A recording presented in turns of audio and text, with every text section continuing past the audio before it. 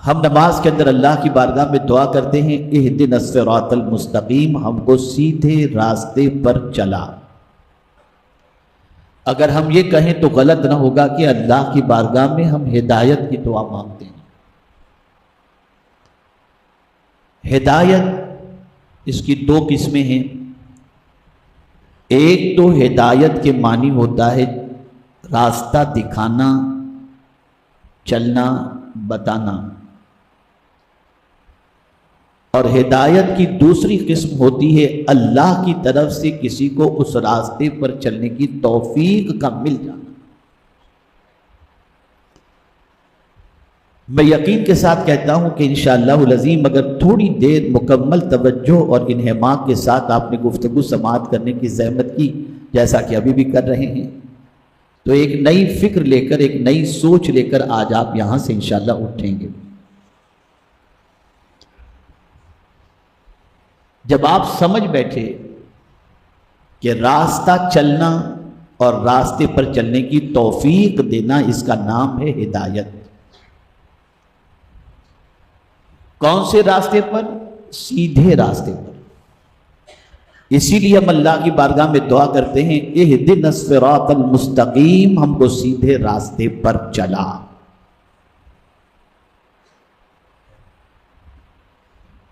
تو اگر ہم نے چلنا ہے تو پتہ چلا سیدھا بھی راستہ ہے اور ٹیڑھا بھی راستہ ہے۔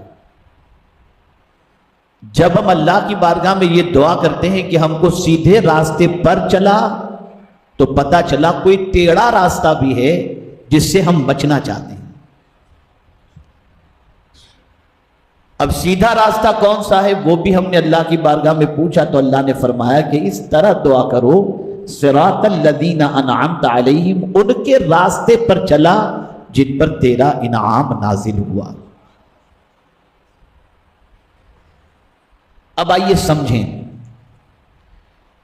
بندہ یہ کہہ سکتا ہے کہ میں سیدھے راستے پر چلوں، میں جنگل و بیابان میں رہتا ہوں، مجھے کوئی سیدھا راستہ دکھانے والا نہیں،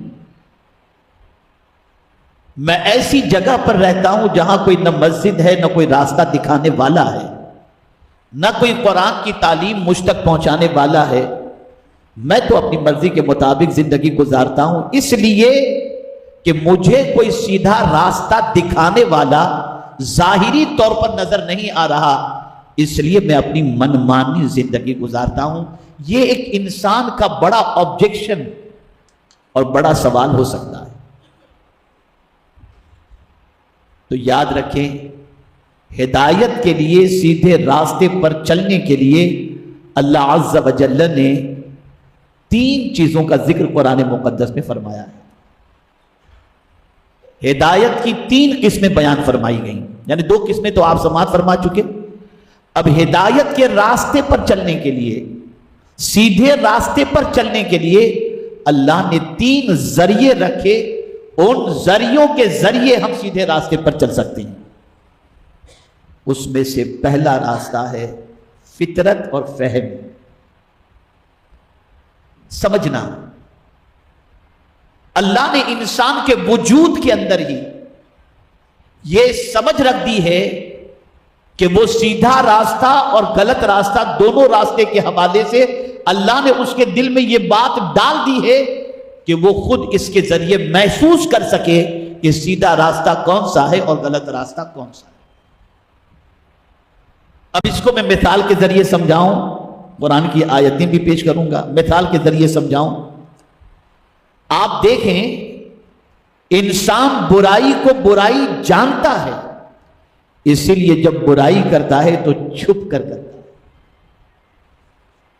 انسان برائی کو برائی جانتا ہے، اس لیے ہمیشہ چاہتا ہے کہ اس کی برائی کا پتہ کسی کو نہ چلے، اور انسان نیکی کو نیکی اور ثواب کا کام جانتا ہے، اس لیے ہمیشہ چاہتا ہے کہ اس کی نیکی کا پتہ لوگوں کو چل جائے۔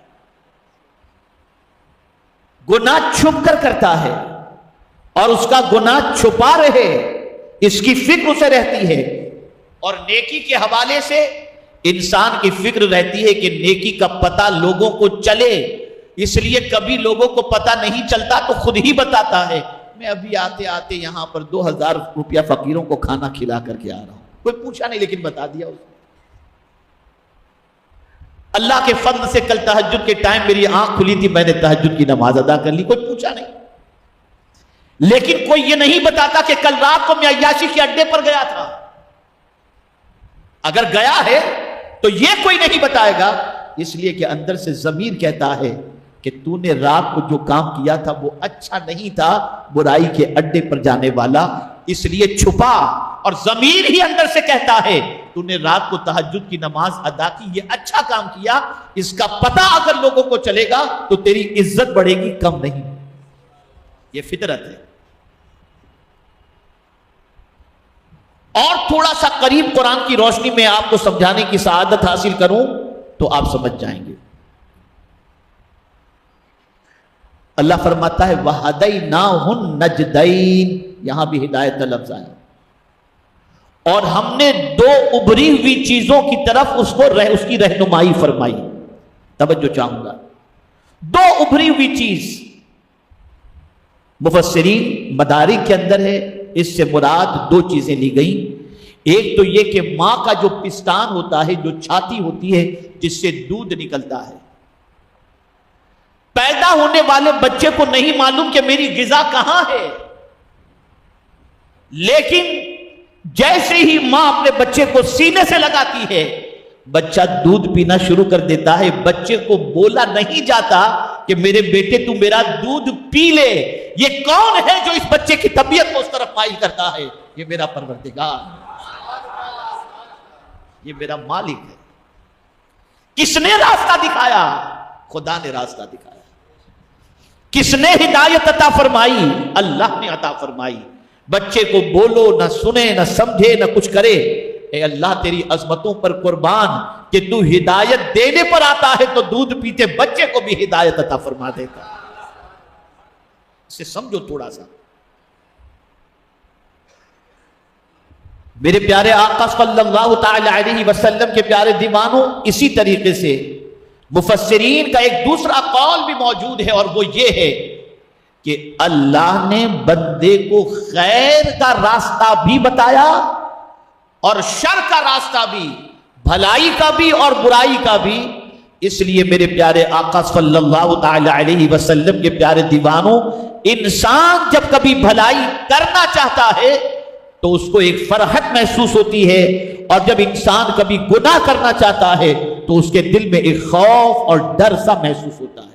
مسجد میں جاتے ہوئے کوئی ڈرے گا نہیں، قرآن پڑھتے ہوئے کوئی ڈرے گا نہیں، تسبیح و تحلیل میں کوئی ڈرے گا نہیں، غریبوں اور فقیروں کی مدد کرنے میں کوئی ڈرے گا نہیں. لیکن جب جھوٹ بولنا ہوگا تو اندر ڈر سا محسوس ہوگا، پکڑا گیا تو کیا ہوگا. کون ہے جس نے خیر و شر کی یہ توفیق اور ہدایت عطا فرمائی؟ یہ مولا ہے، یہ اللہ عز و جل ہے، یہ پالنہار حقیقی ہے.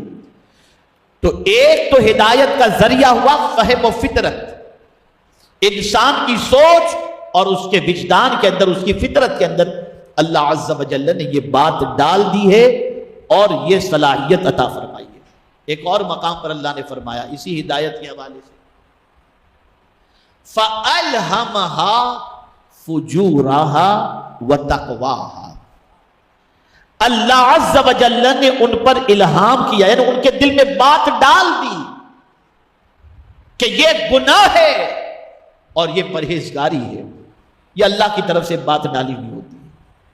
میرے پیارے آقا صلی اللہ تعالی علیہ وسلم کے پیارے دیوانوں، اس لیے یہ بات بھی ذہن کے اندر رکھیں کہ یہ فطرت والی جتنی بھی بات ہے، اس کے لیے کوئی مذہب کا معاملہ نہیں ہے، ہر انسان کی یہ پوزیشن ہے. اس لیے سارے مذاہب کے اندر آپ دیکھیں گے کہ جھوٹ بولنے کو کوئی اچھا نہیں سمجھتا، جھوٹ بولنے کو کوئی جھوٹ بولنے کی تعریف نہیں کرتا، اسی طریقے سے بدکاری کی کوئی تعریف نہیں کرتا. تو جو ایسی چیزیں ہیں جن کو شر کہا جائے تو یہ شر اور خیر، ان دونوں چیزوں کو اللہ عز و جل نے ہمارے دل میں ڈال دیا ہے کہ یہ شر ہے اور یہ خیر ہے. اب میں آپ سے اسی پر تھوڑی سی گفتگو آگے بڑھاتا ہوا چلوں. کبھی آپ پیچھے چلے جائیے اپنی زندگی کے، بہت سارے بچے ہیں، چلیے ان کا کوئی مسئلہ نہیں، بہت سارے شادی شدہ ہیں، بہت سارے نوجوان ہیں. زندگی میں کوئی ایسا شخص نہیں جس سے شاید کہ گناہ نہ ہوا ہو. گناہ کے دروازے پہ دستک بھی اور گناہ کی طرف طبیعت کا مائل ہونا بھی موجودہ دور کے اندر انسان کی یہ کیفیت بن چکی ہے۔ اب جو میں سمجھانا چاہتا ہوں بہت غور سے سنیے گا، زندگی میں کبھی بھی پہلی مرتبہ فرسٹ ٹائم کوئی انسان گناہ کرنا چاہتا ہے پہلی مرتبہ زندگی میں، تو اس کے دل کی کیفیت کے بارے میں وہ خود سمجھ لے۔ اندر سے دل کہتا ہے کیا کرنے جا رہے ہو، پتہ چل گیا تو کیا ہوگا، گھبراہٹ ہوتی ہے، بے چینی ہوتی ہے۔ اللہ نہ کرے اگر کسی سے زندگی میں پہلی بار کوئی گناہ ہوا ہو تو اس وقت کو وہ یاد کرے کہ جب کبھی وہ گناہ کی طرف بڑھ رہا ہوگا تو اندر سے اس کا ضمیر ملامت کر رہا ہوگا، مت کر مت کر، یا اللہ اندر سے یہ آواز کہاں سے آ رہی ہے؟ تو جواب ملے گا اللہ نے دل ہی ایسا بنایا ہے اور ضمیر ہی ایسا بنایا ہے، اور اس میں یہ بات رکھ دی ہے اللہ نے کہ بھلائی کے کام کے کرنے میں ہچکچاہٹ نہیں، اور برائی جب کوئی کرنے جاتا ہے تو ضمیر کی آواز آتی ہے مت کر مت کر مت کر۔ ایک اور مقام پر اللہ عز و جل نے فرمایا اِنَّا هَدَيْنَاهُ السَّبِيلَ اِمَّا شَاكِرًا وَإِمَّا كَفُورًا، بے شک ہم نے ان کو راستہ دکھایا، اب چاہیں تو شکر کریں اور چاہیں تو ناشکری کریں۔ اب آپ دیکھیں یہ بھی فطرت کی کیفیت ہوتی ہے، یہ بھی فطرت کا تقاضا ہوتا ہے۔ آپ دیکھیں نا، آپ اگر کسی کے ساتھ بھلائی کا کوئی کام کرتے ہیں، پانی ہی پلانے کا معاملہ لے لیجئے، تو آپ کی طبیعت میں یہ چیز ہوتی ہے کہ یار یہ شکریہ تو کہے، آپ کی چاہت ہوتی ہے نا۔ اے رسول اعظم صلی اللہ علیہ وسلم کے دیوانوں، اگر کوئی شخص کسی پر احسان کرے، کوئی بھلائی کا معاملہ اس کے ساتھ کرے، تو یہ اندر سے تمنا ہوتی ہے کہ یہ مجھے تھینک یو کہے، میرا شکر ادا کرے، یہ ساری چیزیں کرے۔ سوال یہ پیدا ہوتا ہے جس خدا نے تمہیں بھلائی کی توفیق عطا فرمائی، اسی رب قدیر نے تمہارے دل میں یہ تمنا بھی رکھی کہ تمہارے ساتھ کوئی حسن سلوک سے پیش آئے تو تم اس کا شکریہ ادا کرو۔ اب یہاں بتانا مقصود یہ ہے کہ جب بندہ کسی پر احسان کرے تو بندہ بندے کے شکر کو بجا لانے کی تمنا رکھتا ہے، تو جس خدا نے تم پر احسان کیا ہے وہ خدا بھی چاہتا ہے کہ میری اتنی نعمتوں پر تم چاہو تو شکر کرو، تم چاہو تو ناشکری کرو، اور اگر تم نے شکر کر لیا تو میرا مولا فرماتا ہے میں تم کو عذاب نہیں دوں گا بلکہ شکر کے عوض میں تمہیں زیادہ عطا کروں گا۔ زمینیں پیروں کے نیچے سے نکل رہی ہیں، ضمیر کی آواز دبا دی ہم نے، ضمیر کی چیخ کو ہم نے دبا دی، اور یہ دل کے اندر یہ ساری چیزیں کون پیدا کر رہا ہے؟ یہ اللہ۔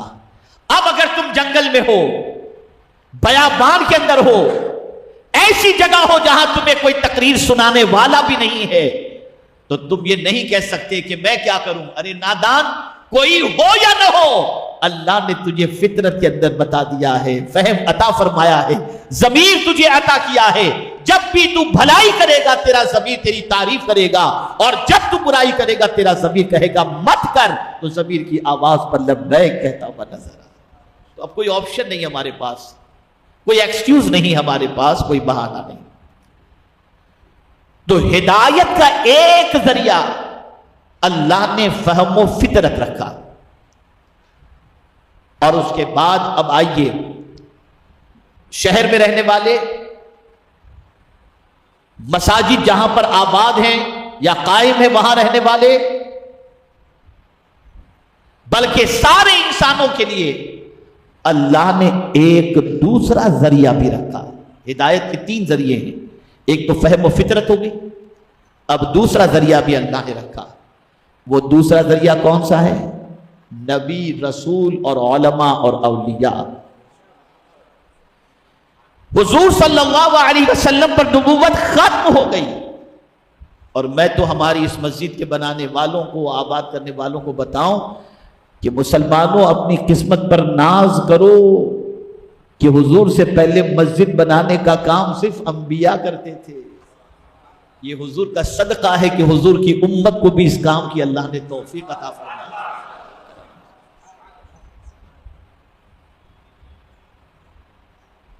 تو اللہ عز و جل نے ہدایت کا جو دوسرا ذریعہ رکھا وہ انبیاء و رسل اور صدیق و شہداء اور صالحین کی ذات کو رکھا کہ ان کے ذریعے تمہیں سیدھے راستے کا پتہ چل سکے. جیسا کہ قرآن مقدس میں فرمایا. انشاءاللہ کوئی بھی بات قرآن سے ہٹ کر نہیں کروں گا، میں کوشش کروں گا قرآن کے ذریعے آپ کو سمجھاؤں. اللہ فرماتا ہے وَلِكُلِّ قَوْمٍ ہاد، ہر قوم کے لیے اللہ عز و جل نے ایک ہادی بنایا ہے، راستہ دکھانے والا بنایا ہے. اب کوئی یہ نہیں کہہ سکتا کہ ہمیں راستہ کوئی دکھانے والا آیا ہی نہیں، یہ ایکسکیوز نہیں چلے گا. حضور صلی اللہ تعالی علیہ وسلم پر نبوت کا دروازہ بند ہو گیا. اب حضور کے بعد حضور کی نائبین، علماء، صدیقین، شہداء اور صالحین تمہیں راستہ دکھائیں گے. اور آج راستہ دکھایا جا رہا ہے. کبھی مساجد کے خطیب اور ائمہ وہ راستہ دکھاتے ہیں، کبھی علماء اور مشائخ آ کر کے راستہ دکھاتے ہیں کہ یہ سیدھا راستہ ہے، اس پر چلو. لیکن جس کا ضمیر مردہ ہو جاتا ہے اس کی سوچ بھی مردہ ہو جاتی ہے. پھر اسے قرآن کے ذریعے سمجھایا جائے یا اسے انبیاء و رسول اور علماء اور مشائخ کی باتیں پہنچائی جائیں، اس کی زندگی میں کوئی فرق نہیں پڑتا، کوئی چینجز نہیں آتی. اور ایک بات اچھی طریقے سے ذہن میں رکھ لیں کہ رسول اعظم صلی اللہ علیہ وسلم کے فرمان کو سنا انسنا کر دینا یہ اللہ عز و جل کی ناراضگی کو دعوت دینے کے مترادف ہے. میری قوم کا مزاج یہ بن چکا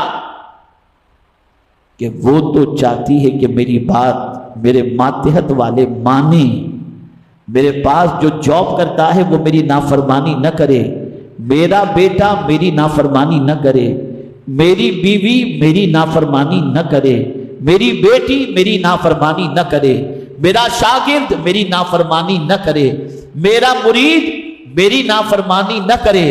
لیکن کبھی اس کے ذہن میں یہ بات نہیں آتی کہ میرا بھی تو کوئی بڑا ہے، میں بھی تو اس کی بات نہ مانوں، اس کی بات مانوں، نہ مان کر اس کو ناراض تو نہ کروں. کبھی نہیں. خود ہی کو بڑا سمجھتا ہے، خود ہی کو افضل و اعلیٰ سمجھتا ہے. اور اللہ کے احکام جب اس کے کانوں سے ٹکراتے ہیں، رسولان عظام اللہ کا فرمان جب ان کے کانوں تک پہنچائے اور اسی پیغام کو صدیق و شہداء اور صالحین نے اور علماء نے پہنچایا، قوم نے اس پر توجہ نہیں دی، جس کا نتیجہ یہ ہوا کہ وہ لوگ جو خواہش کی بات کو مانتے ہیں اللہ کی بات کو نہیں مانتے، ان کی زندگی آج بربادی کی طرف ہے، تباہی کی طرف ہے اور پریشانی کے اندر گزر رہی. تو اللہ عز و جل نے ہر قوم کے لیے ایک ہادی مقرر فرمایا، ایک ہادی کو بھیجا، راستہ دکھانے والے کو بھیجا. بڑی پیاری بات مجھے یاد آ گئی، بڑی پیاری بات. جو ہادی کے بتائے ہوئے راستے پر نہ چلے اور من کا موجی ہو جائے، من کی مطابق کام کرے، وہ بھٹک جاتا ہے. میں دلیل دیتا ہوں آپ. عالم ارواح کے اندر اللہ نے ساری روحوں سے پوچھا الست بربکم، کیا میں تمہارا رب نہیں؟ اب وہ کافر کی روح ہو، مسلم کی روح ہو، یہودی کی روح ہو یا کسی کی بھی روح ہو، ساری روحوں نے کہا بلا، یقیناً تو ہمارا رب ہے. پھر سوال یہ پیدا ہوتا ہے، توجہ چاہوں گا، بہت عظیم نقطہ عرض کرتا ہوں.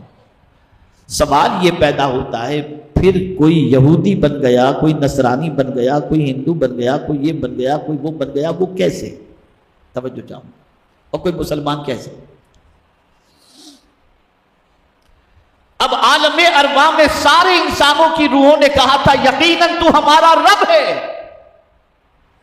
جب جسم پیدا کیا گیا انسان کا اور اس انسان کے اندر جب روح ڈالی گئی تو اب وہ انسان اس رب کی تلاش میں نکلا.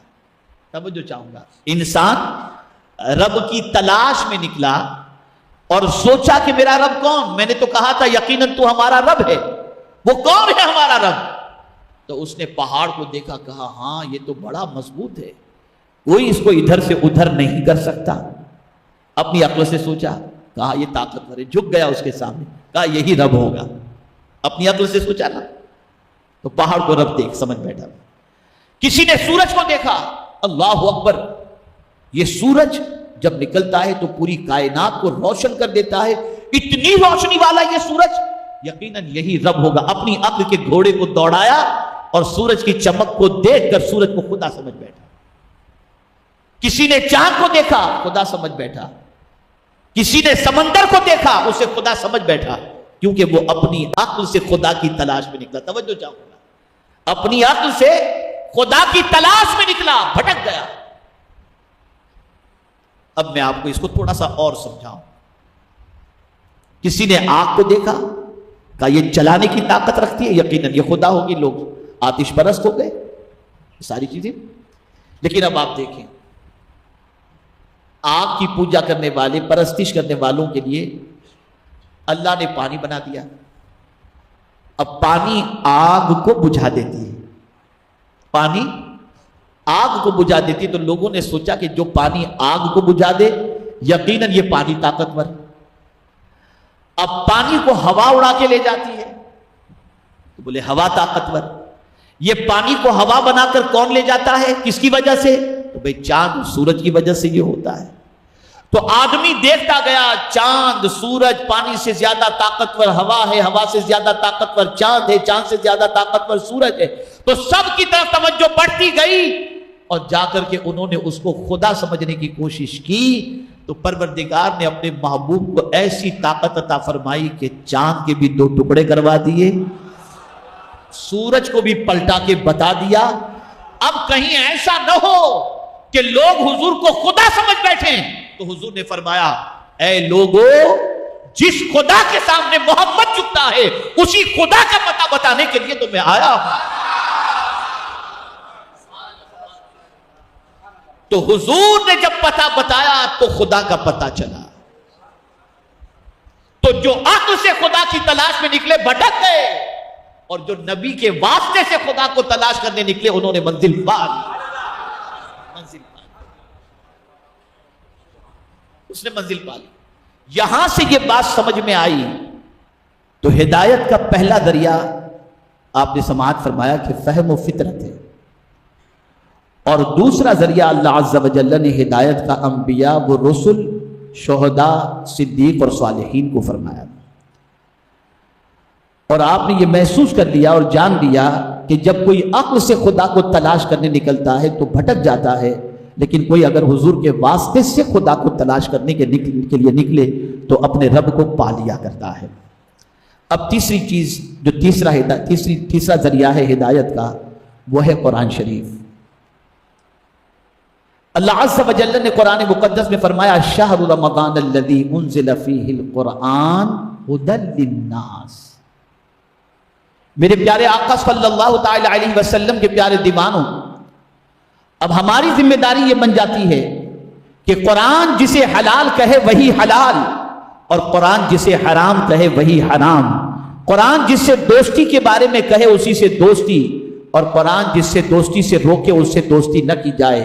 قرآن کی گائیڈ لائن کو فالو کرنے والا دنیا میں بھی کامیاب اور آخرت میں بھی کامیاب۔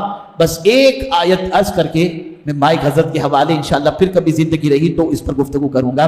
یاد رکھیں، آج پوری دنیا کا مسلمان اللہ عز و جل کی بارگاہ کے اندر رحم و کرم کا طلبگار بنا ہوا ہے۔ اس سے پہلے بھی رحم و کرم کی بھیک مانگتا تھا، لیکن آج سچویشن یہ ہے کہ زیادہ اللہ کی رحمت کو حاصل کرنے کی طرف اس کی توجہ مبذول ہوئی، تو میرے کریم نے واضح طور پر فرما دیا اے رحم و کرم کے متلاشیوں اور طلبگاروں، آؤ میں تمہیں بتا دوں کہ تم پر میری رحمت کس طریقے سے نچھاور ہو سکتی ہے۔ تو قرآن نے فرمایا وَهَذَا كِتَابٌ أَنزَلْنَاهُ مُبَارَكٌ فَاتَّبِعُوهُ وَاتَّقُوا لَعَلَّكُمْ تُرْحَمُونَ۔ یہ کتاب اس کو ہم نے نازل کیا، اس کی پیروی کرو اور اللہ سے ڈرو تاکہ تم پر رحم و کرم کی بارشیں نازل ہو جائیں۔ تو اے رسول اعظم صلی اللہ تعالی علیہ وسلم کے دیوانوں، ہدایت کے یہ 3 سرچشمے ہیں، اگر ہم نے ان 3 چیزوں سے ہدایت حاصل کرنے کی کوشش کی اور یہ 3 چیزوں کو ہم نے اپنی زندگی کے اندر جیسے ضمیر کی آواز پر ہم نے لبیک کہا، جیسا کہ ہدایت کے حوالے سے قرآن نے کہا وَهَدَيْنَاهُ النَّجْدَيْنِ فَأَلْهَمَهَا فُجُورَهَا وَتَقْوَاهَا إِنَّا هَدَيْنَاهُ السَّبِيلَ إِمَّا شَاكِرًا وَإِمَّا كَفُورًا۔ یہ پہلا جو ہے وہ ذریعہ ہوا۔ دوسرا ذریعہ ہوا انبیاء و رسل وَلِكُلِّ قَوْمٍ هَادٍ، اور تیسرا ذریعہ ہے ہدایت کا قرآن مقدس۔ میرے پیارے آقا صلی اللہ علیہ وسلم کے پیارے دیوانوں، جب کوئی ان ذرائع کو سامنے رکھ کر اپنی زندگی گزارتا ہے تو اللہ تعالیٰ اس پر رحم و کرم کی بارشیں بھی نازل فرماتا ہے اور دونوں جہاں کی بھلائیاں اس کے دامن میں ڈال دیتا ہے۔ اللہ رب العزت جل جلالہ آقا کریم رؤوف الرحیم علیہ التحیۃ والتسلیم کے صدقہ و طفیل ہم سب کو اس راستے پر چلائے جس راستے پر اللہ عز و جل نے چلنے کی دعا کے بارے میں ہم سے فرمایا، یعنی اہدنا الصراط المستقیم صراط الذین انعمت علیہم غیر المغضوب علیہم ولا الضالین، آمین۔